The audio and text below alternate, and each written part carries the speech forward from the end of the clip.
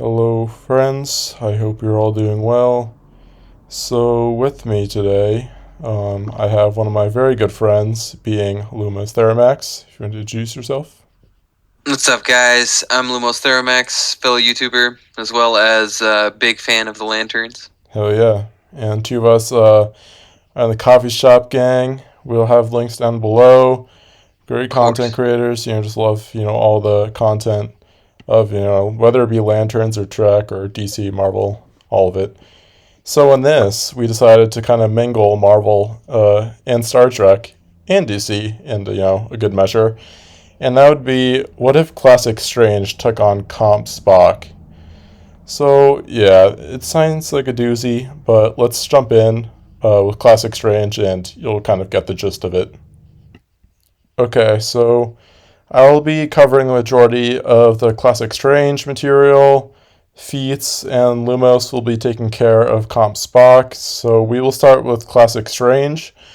So Strange transcends the physical plane with his fight against Mordu and takes part in like a dimensionally destructive clash in like actual forms.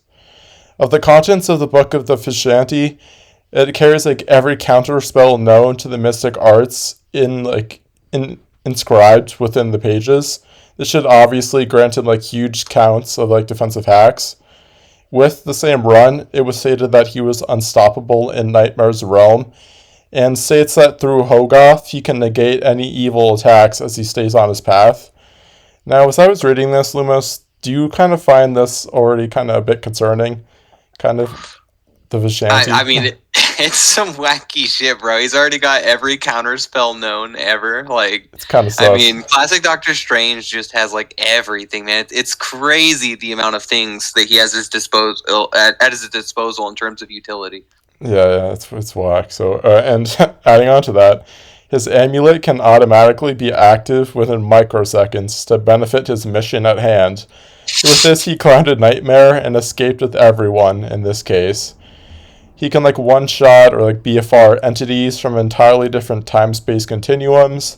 In this case, a weird ass house which spawned out of nowhere a fair time earlier. He's able to easily like traverse through all of Limbo and the endless shadows, and is able to hold like a brain, which is seemingly like accomplish impossible feats for humans.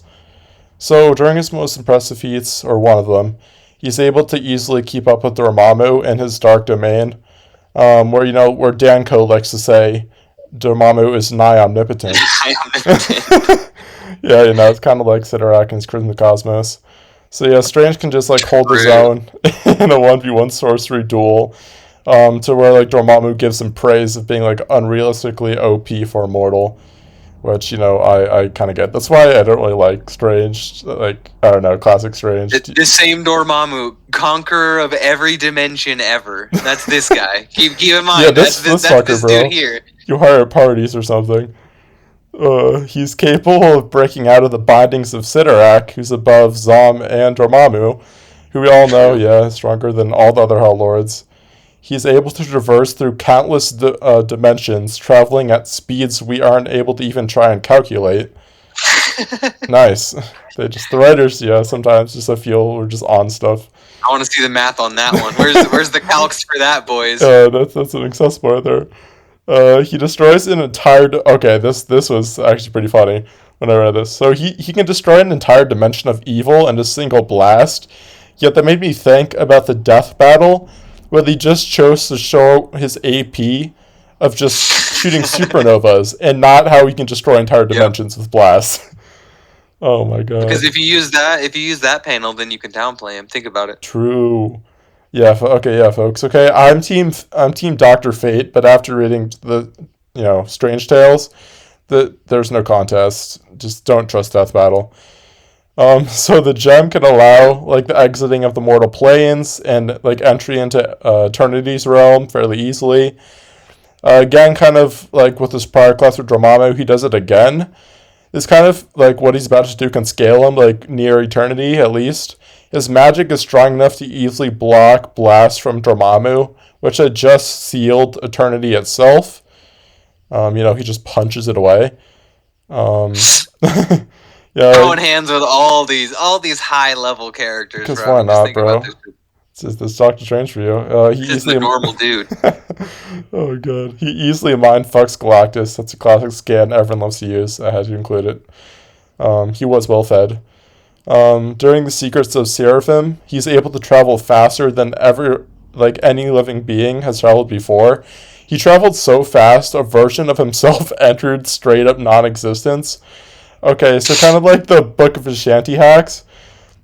This will come into consideration maybe later, but with the life entity, maybe we'll discuss this. The kind of state of non-existence had me also a bit worried. So he can kind of. What are your thoughts on non-existence in relation to kind of life and death, like within the lanterns at least?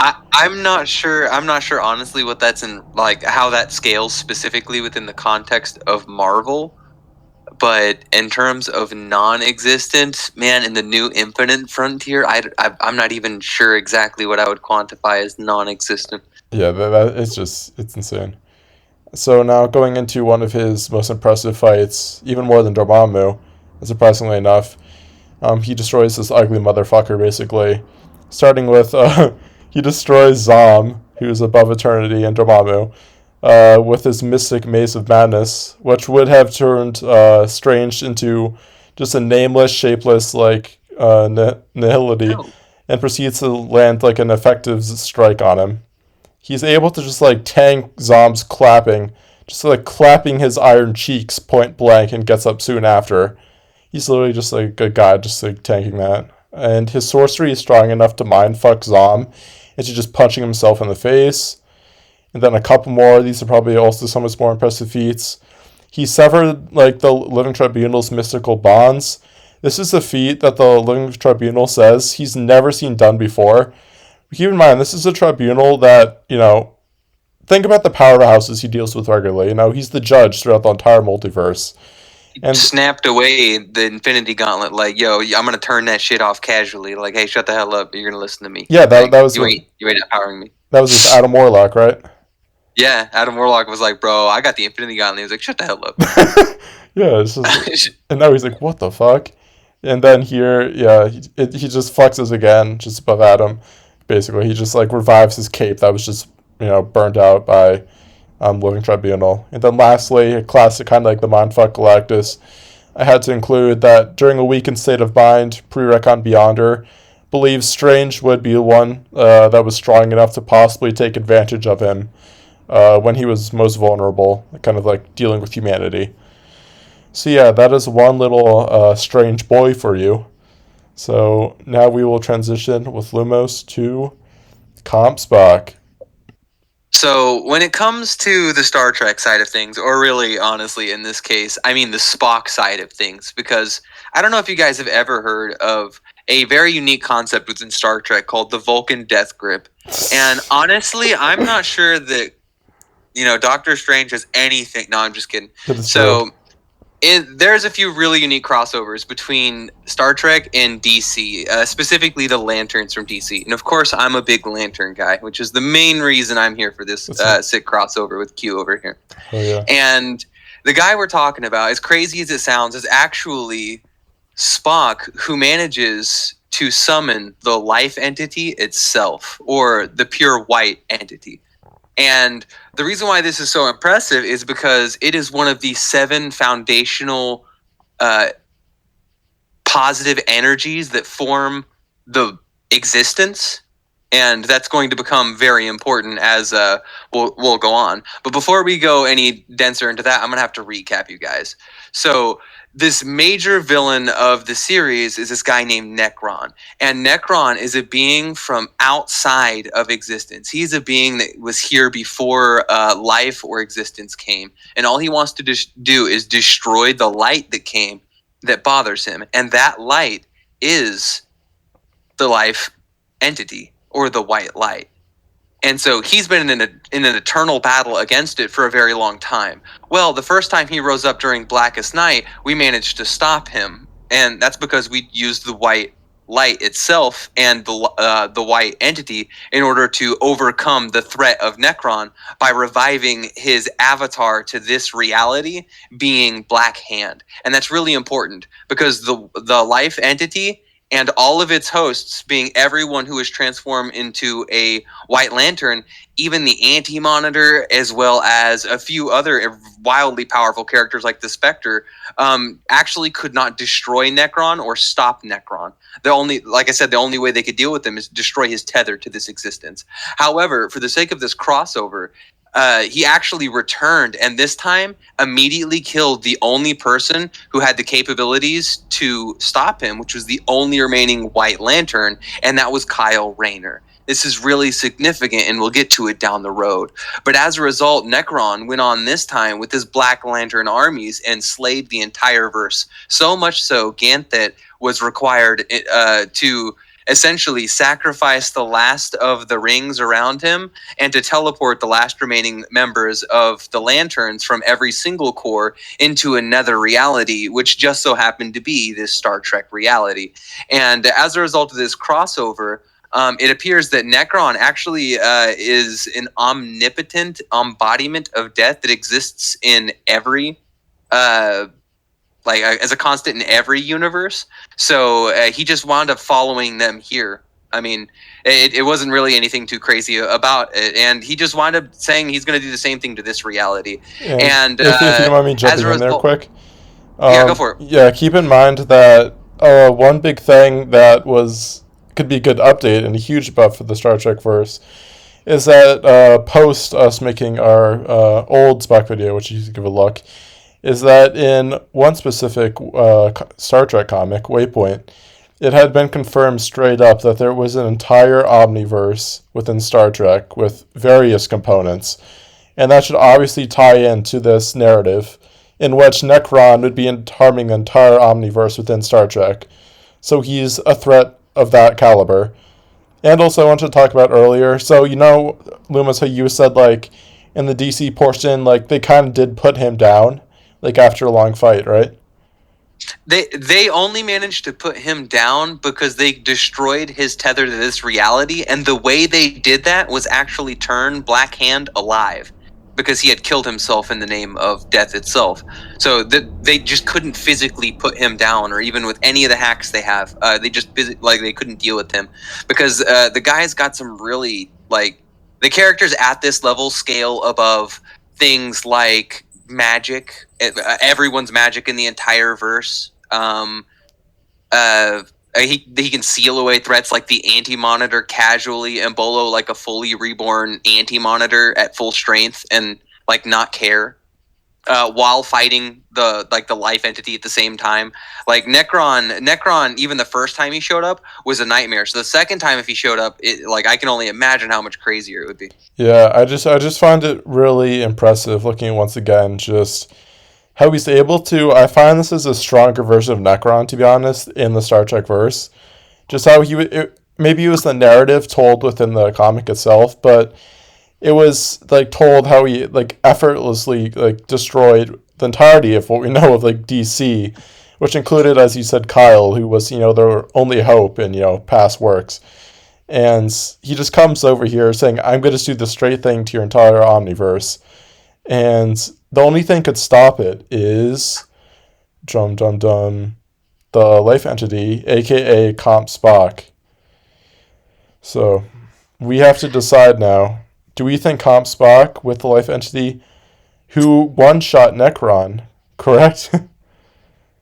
Yeah, so in that crossover at the end, he literally just turns and one-shots Necron, the planet they're on, and his entire army of Black Lanterns in the end. It's nowhere near the first time they rolled around one another where he kind of revived Black Hand and as a result stopped everything. He just one-shots the bad guy in the end and it's over. Okay, so we'll talk about that, and if that can, put down the low classic Doctor Strange. So let's talk about this. Okay, so what we were thinking is that the real question that we have to solve really is, we kind of brought it up earlier, is what Kyle really Necron kind of one shot in this edition. as well as like does life in DC and this crossovers scale higher than Zom or Eternity for Classic Strange and Marvel?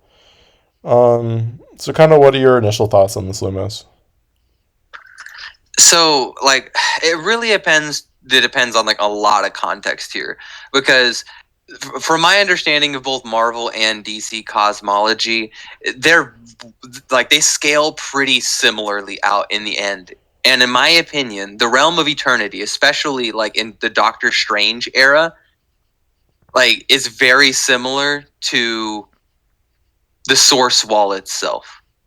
And the life entity itself doesn't scale to the source wall. It's one of the foundational like energies of the universe that form the source wall and form the universe, but it itself can't be. You have to be like a pure vessel for it. Now, is Spock a pure vessel? That's the question. Because if this version of Necron managed to kill Kyle, who has the life equation, then that would mean he would scale above the source wall. That's insane. And yeah, like if you've read, the series where Kyle becomes the most OP fucker ever and just, plays with the source like it's a bunch of equations, it's just insane. So yeah, I think the best way to phrase it is he essentially, like in the Matrix, Neo was a hacker because he knew how to like hack the computer he was in, right? Well, Kyle went through the source wall and found out the code to reality just like that and could freely alter everything, including the source wall. He could freely summon the source wall at will. and keep in mind, it's like, source wall can casually keep in beings like Perpetua and shit.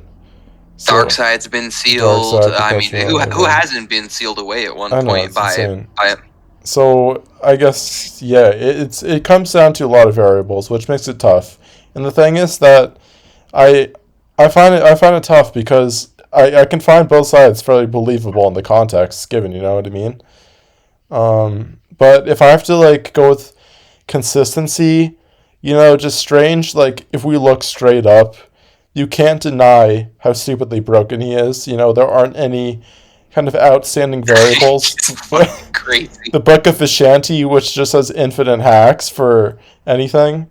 Um, but yeah, I do believe that if big if true, if this Necron killed Source Kyle, then Spock could possibly be classic Doctor Strange. But in my opinion, it's just a little bit too much of speculation, I feel, to kind of give to Spock. What are your thoughts, Lumos?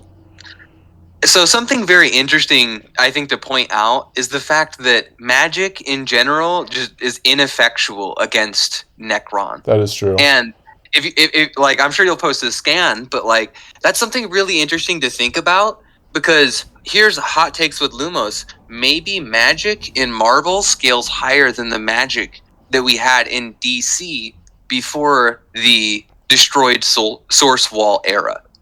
And that's something interesting to consider, like specifically, because if that is the case and magic just doesn't work at him in general, it'd be really weird to see Doctor Strange not scale above that, I guess, in that manner. But in my opinion, I agree. I think magic is stronger, and Doctor Strange actually could probably impose a very dangerous threat, if not seal.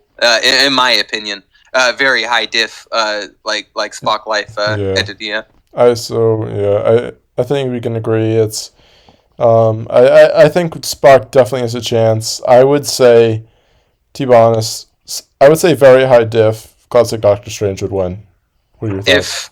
If that version of Kyle had the life entity, then I would honestly say that's Spock. a fair ball game. Like that's we're in like the same realm. Stalemate to very high diff for Spock potentially.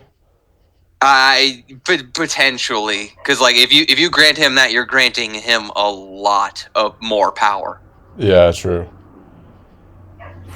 It's a tough choice. But yeah, it's once you have that split, I just think you have to go kind of on, what you see on panel. You know what I mean? And yeah, for sure, man.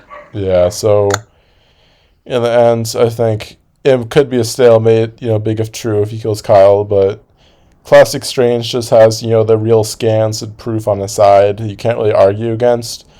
So I think we're going to have to go with very high diff, Classic Doctor Strange on average. But Comp Spock, if he did, Necron did kill Life Equation Kyle, good one. But I'd say high diff, Strange. True. Yeah. True. Let's hope Infinite Frontier don't give us more, bro. Oh boy, the hands are gonna come in. It's only gonna get better, boys. The hands are gonna come in and do like Fortnite dances and shit.